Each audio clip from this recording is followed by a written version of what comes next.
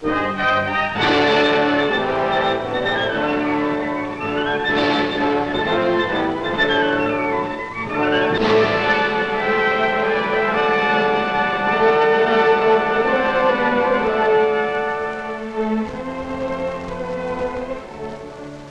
past wars, information furnished by prisoners of war such as these has often helped save the lives of American combat soldiers. Prisoners may in all likelihood possess important tactical information at the time of their capture. This information may be divulged to their captors to become part of the overall tactical intelligence picture. The role assumed by the capturing unit has always been critical.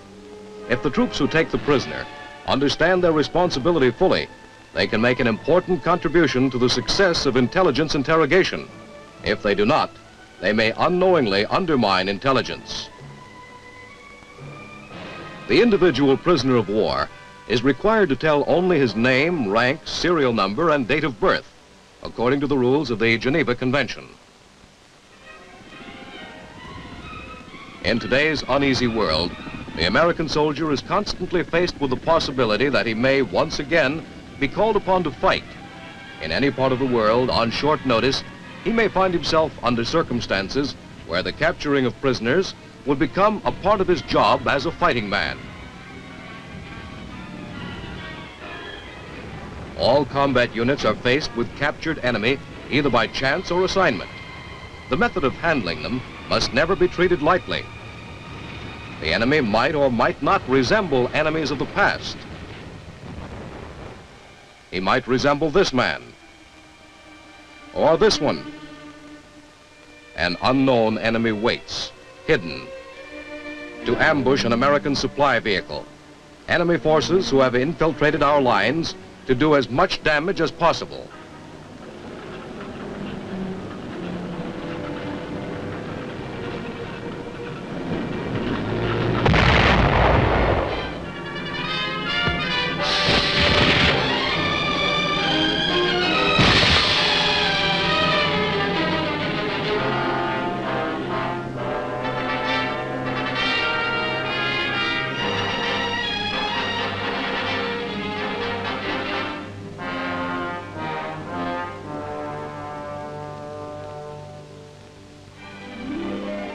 A day later, a surprise American attack is launched.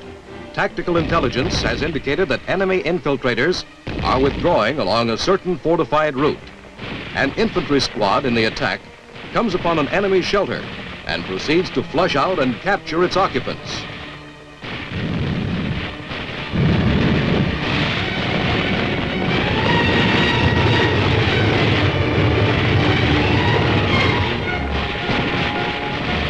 Two members of the raiding party attempt to escape, but their effort proves futile.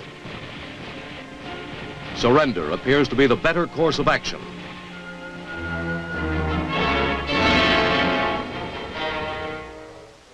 The war is now over for this group of prisoners, or is it? Consider for a moment the problem of this sergeant. The chance of battle has thrust 4 enemy soldiers in the path of his advance. They wish to surrender and save their lives. At this precise moment, the ties which bound them to their units, their commanders, and their country are severed. During the hours immediately ahead of them, they will be fearful and uncertain, disoriented and vulnerable to skilled intelligence interrogation. The first step is to disarm and then search the prisoners.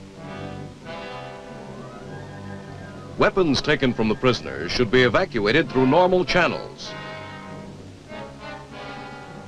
Every capturing unit is responsible for delivering prisoners to the next highest echelon. After a thorough search, items such as gas masks and first aid packets are returned to the prisoner for his protection while he is in the combat zone.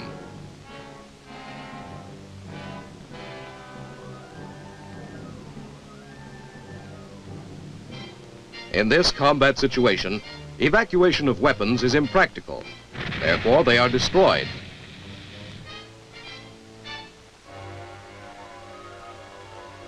So that the squad can resume its advance, a rifleman will be dispatched to accompany the prisoners back to the nearest collection point. Here they will be questioned by the interrogation of prisoners of war personnel, referred to as the IPW team. The fear and disorientation of some prisoners places them at a decided disadvantage. Uncertainty about their future inclines them toward cooperation. Even when stubbornness or arrogance is encountered in a prisoner, a skilled interrogator may maneuver him into divulging information. The infantry squad can expect further contact with the enemy, so the squad leader is anxious to push on. He cannot afford lost time. The manner in which the prisoners are treated from this point until they are turned over for interrogation will bear heavily upon the information to be gained from them.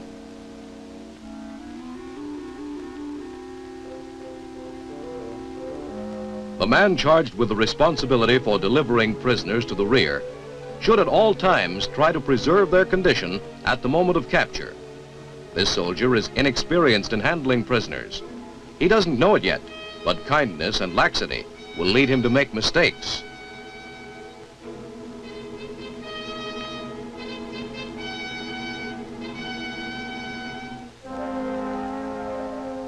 The small comfort of a cigarette to a freshly captured prisoner might not seem important.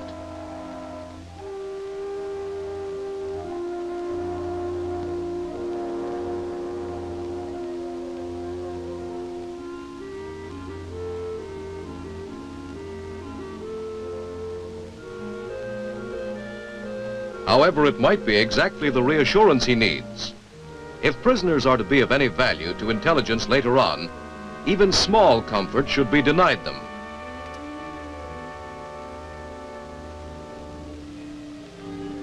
A short distance behind the American advance, a communications team is scouting a possible location for radio transmission facilities. The presence of an unknown person here can mean anything. Enemy infiltration and guerrilla activity are well known to these troops, and there is every reason for caution.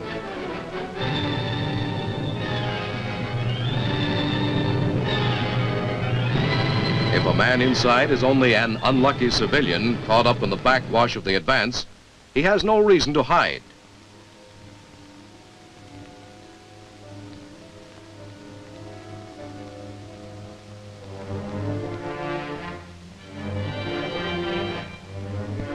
But if he is something else, what do we have here?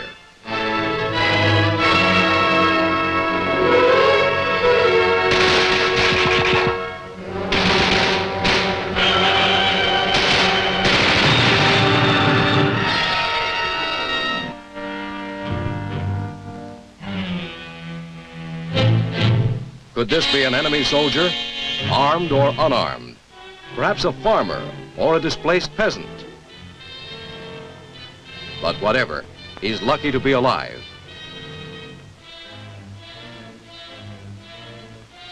There is an unexpected catch.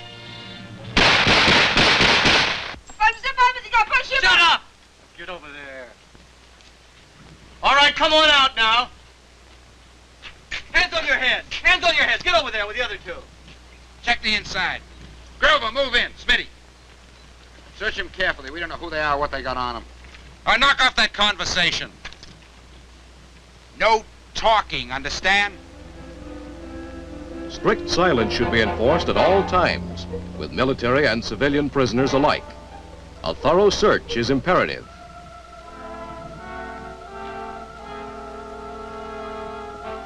These capturing troops communicate only what is necessary to the enemy prisoners. They ask no questions because they know that only skilled, authorized intelligence personnel are permitted to interrogate them. To the extent that it is possible, prisoners should also be segregated. Civilians from military, male from female, and officers from NCOs and other enlisted men.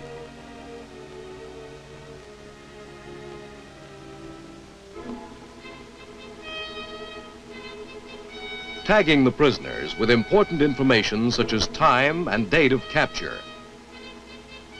place or sector of capture, circumstances of capture, and unit making the capture serves as a quick and valuable reference for the intelligence personnel who will interrogate them. If ready-made tags are not available, a satisfactory substitute such as ordinary paper is far more helpful than no identification at all. This information aids the interrogator to begin his questioning. It gives him a common starting point relative to information known both to the prisoner and the interrogator.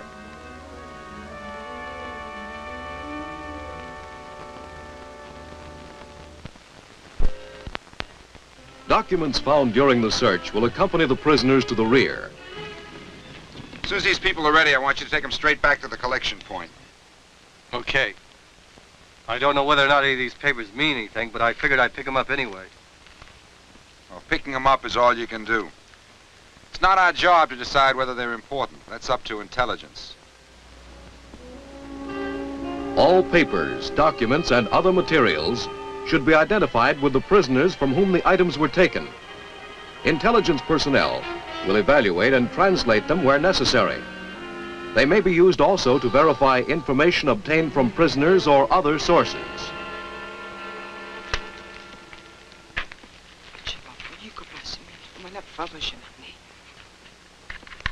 And she's trying to tell us that she and her old man here don't belong with the others. We'll leave that up to the interrogators.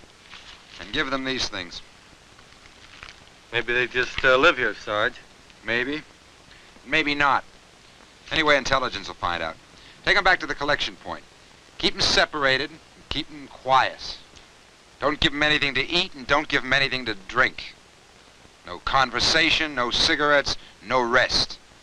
We know 2 of them are soldiers, but who knows what the other 2 are. When you get them back there, turn over all this stuff with them and tell the IPW team as much as you can about this place. You know, I've been thinking. This doesn't look like much of a farm. We're not buying the place, we're just occupying it for a while. Well, nothing's been planted around here for a while, and these people look well fed. They're not half starved like the other farmers we've seen. Tell that to intelligence, too. Now get on back there, and remember we got a job to do here, so don't take all day. Oh, one other thing. Don't let them get away. If the soldier responsible for these prisoners did not know in advance how best to handle them, he has been well instructed by his sergeant. If he carries out his instructions and returns his prisoners speedily to the collection point, he will have accomplished a task of vital importance to intelligence, to his unit, and to himself.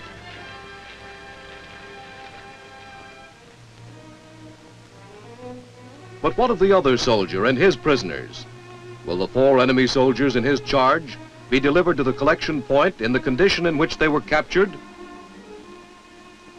Even though his squad leader provided tags for the prisoners, he failed to use them.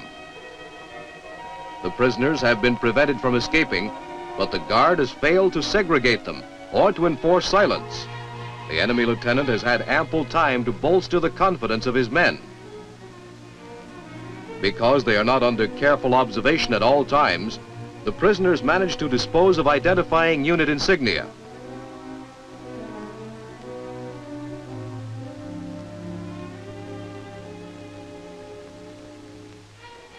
The guard has been careless of time. He allows the prisoners to relax physically when they should be moved to the collection point with all possible haste. A prisoner wants a drink? Well, he guesses there's no harm in that. However, he has already offered the prisoners unspoken reassurance, which has helped allay their fear and uncertainty. Confidence now characterizes the officer. He asked his corporal about an overlay he was carrying when they were captured. Did he dispose of it? No, he didn't get a chance. But he will try to get rid of it now while the guard's looking the other way. Or is he? This soldier has made enough mistakes. This time his eyes were open. Now he is determined to handle things differently. No more favors. He remembers something he should never have forgotten in the first place. This is still the enemy he is dealing with. At the prisoner collection point, a short distance behind the American advance, 2 members of the IPW team have been busy all morning interrogating a number of prisoners. However, no useful information has turned up on the growing command problem of enemy troops infiltrating our lines to work with irregular forces disrupting our operations.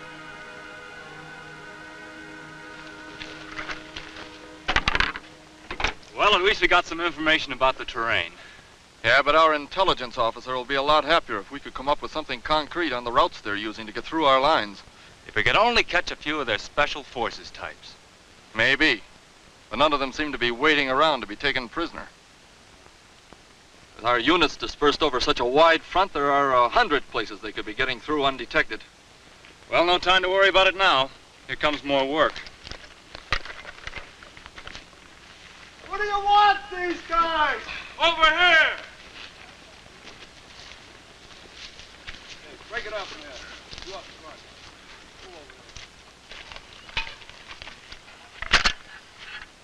Why weren't these men tagged? Well, I didn't get around to it. I'm sorry. Sure would help us if you guys had learned the right procedures. Where were they captured? We flushed them out of a shelter about a mile north of here. Take anything from them? Oh, I got this from the officer. I don't know whether it's important or not. Might be. What else did you find when you searched them? Well, I didn't exactly search them. The officer was trying to get rid of that thing when I caught him. This is all you took from the whole bunch? Yeah, I'm afraid so. They don't seem to be very cooperative. Did they find anything? Yeah, personal effects. Judging from their good physical condition and the berets they're wearing, they must be from some elite outfit. But who knows which one? They got rid of their unit identification. You know what their unit might have been? No, but they did have tabs on their collars. I remember that. They must have taken them off when I wasn't looking. What color were they? Blue? Red? I don't remember exactly. The prisoners aren't going to be much help either. Every one of them is scared of that lieutenant. Did you see him speak to any of his men after they were captured? Well, they all talked a little. I didn't see any harm in it. No, none at all, pal. Except that right now they're as cocky a bunch as I've ever seen. What did you do, throw a party for them on the way in here? Well, I was pretty easy on them, I guess. And that only makes it tough on us. Next time, do us a favor and bring them in without relaxing them first. Makes a big difference in their willingness to answer any questions. Look, we know you can't remember everything, but we depend on you guys. What we learn from one of these characters could save somebody's neck. Maybe yours. Next time, remember, will you? I sure will.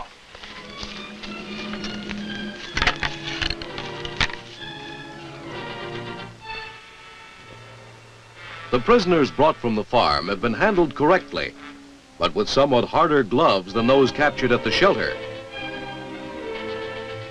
Everything is in order. They are properly tagged. They have not been permitted to talk, to drink, to smoke, eat, or rest. They are still very close to the condition in which they were captured. The interrogators observe each of the prisoners. Those who appear most susceptible to productive interrogation are singled out and questioned privately. It remains for the interrogator to extract whatever the prisoners may know that is of value. The observations of the man assigned to bring them in also provide information which may turn out to be useful. One by one, the prisoners are carefully interrogated. Certain facts emerge, and from them, some possible answers to intelligence requirements begin to shape up.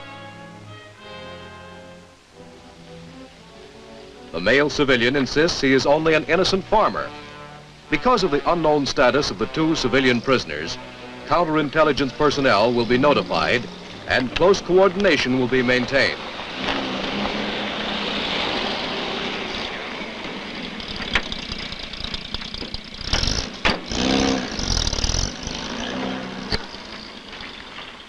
We sent in some prisoners a while ago. I see you got them all right.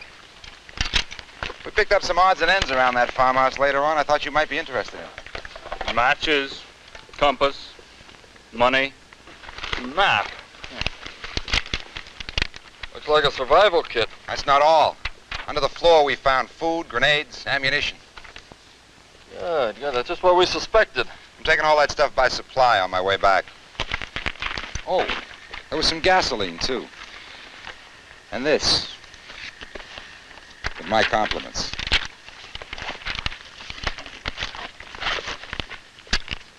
Now we're getting somewhere. The most important find of all, an enemy cryptographic book for irregular forces, which will be forwarded to the nearest Army security agency. Not the least of their discoveries is that the code book found at the farm bears the name of the lieutenant captured on the battlefield.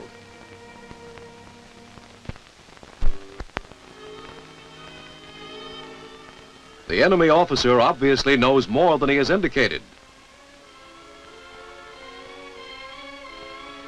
The IPW team will pursue their interrogation further.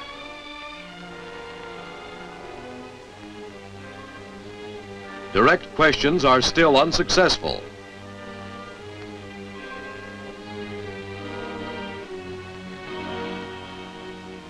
But the simple exposure of the lieutenant to the two soldiers captured at the farm establishes one more important fact: recognition. They are all members of the same unit. Meanwhile, all of the papers taken with the prisoners are studied in detail.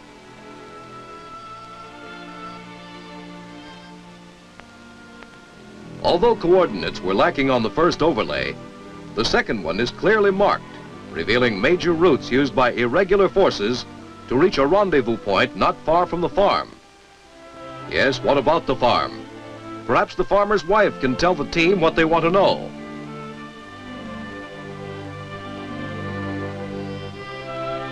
The passage of time has added to her anxiety. The interrogator correctly guesses that she will be the most willing to talk when he informs her of the seriousness of her own and her husband's situation. Finally, she does. Yes, they were helping the enemy, but only because they had been threatened.